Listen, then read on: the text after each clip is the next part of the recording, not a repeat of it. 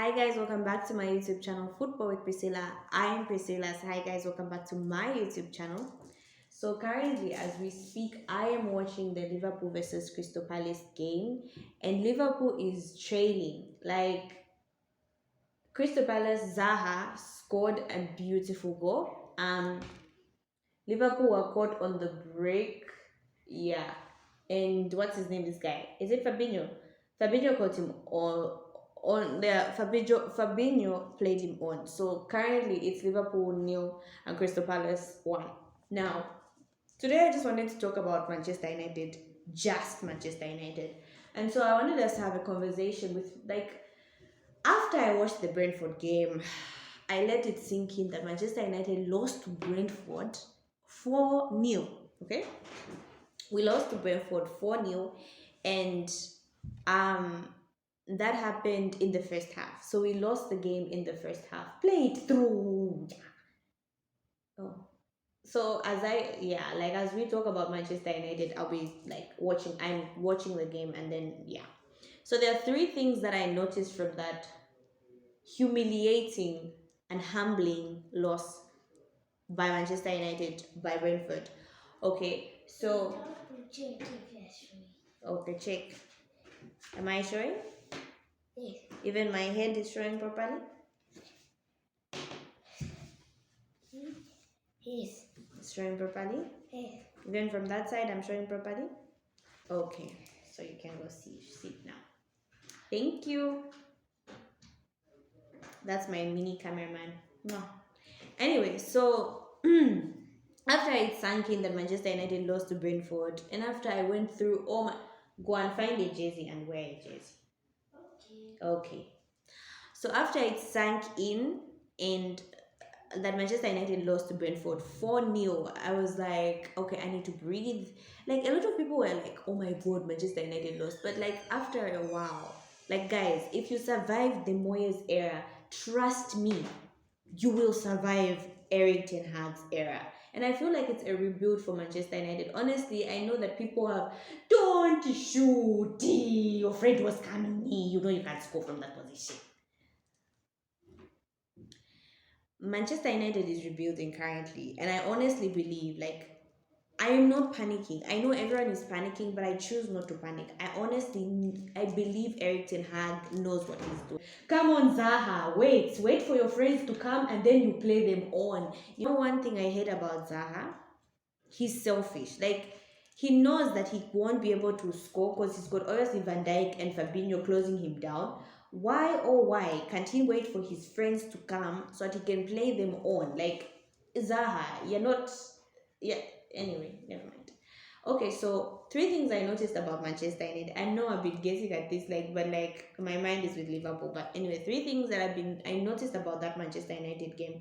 First of all, and this is the most cardinal thing, we need a ball playing CDM.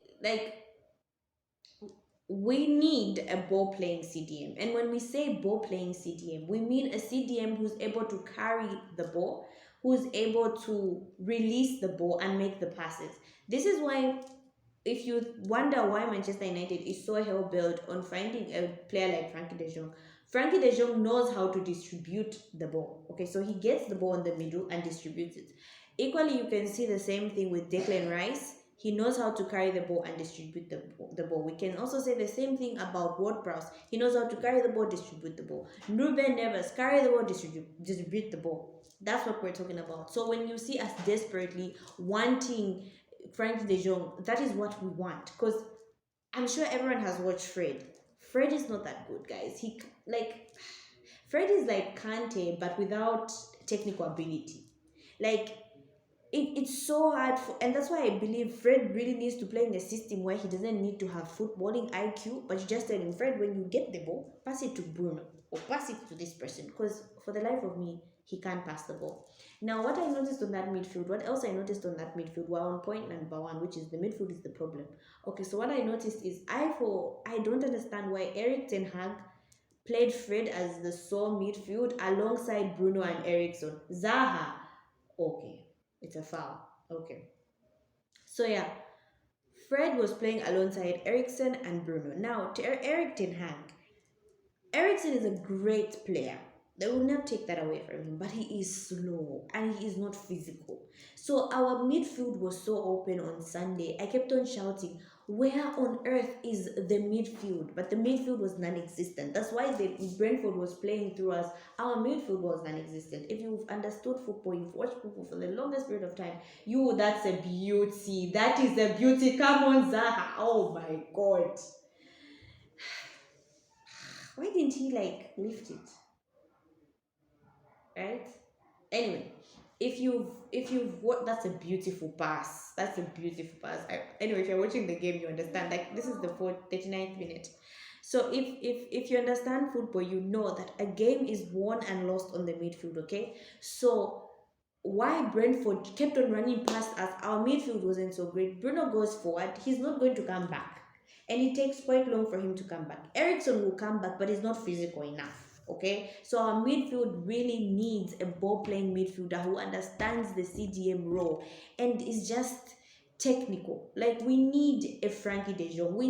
Why can't we just go for Neves, guys, from Wolves? Like, he can do that job. He's a Premier League proven player. Okay, that's about the midfield. The next thing I noticed is De Gea. Like, I love De Gea. I'm one of De Gea's biggest fans. I feel like he saved us for so many seasons and he's been one of the most loyal people who we can actually say, okay, De Gea is a legend, right?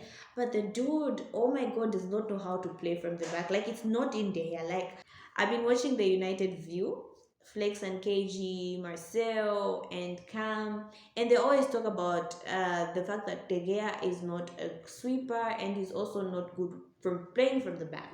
And I always goes like every time they'll talk, I was like, oh, these guys, what are they talking about? I actually saw that and I actually agree with them. Like, yes, De Gea is not so good with playing from the back, so we really need to work on that. But De Gea really cost us that game, like, guys, whether we want to say it or not. But yeah, he did. The third thing I want to talk about is I have no problem with Martinez. I honestly think he's a great player, but the height, guys. Like, oh my God, he was bullied. We are talking, like, Eric Ten Hag. We are talking about the Premier League, which is one of the most physical leagues. Martinez is a good defender, but he's coming up against the likes of Nunes, who's physical, Haaland, who's physical. We have other fellow defenders that are physical. The physical side was hard for Martinez to cope. The whole game, I thought, like, okay, why can't we put Martinez as a CDM and then put Lindelof and Varane? Because I feel like Lindelof is not a fast mid defender, but I think he's better. Like, he's got good possession of the, like, he knows how to pass the ball better. And so I thought, okay, since Martinez is struggling as the central defensive midfielder at the back, these dogs are so annoying, right? Martinez is struggling as a defender at the back. Martinez was struggling as a defender at the back. I thought, let's put him on the CDM role because I've heard him plays as a CDM sometimes.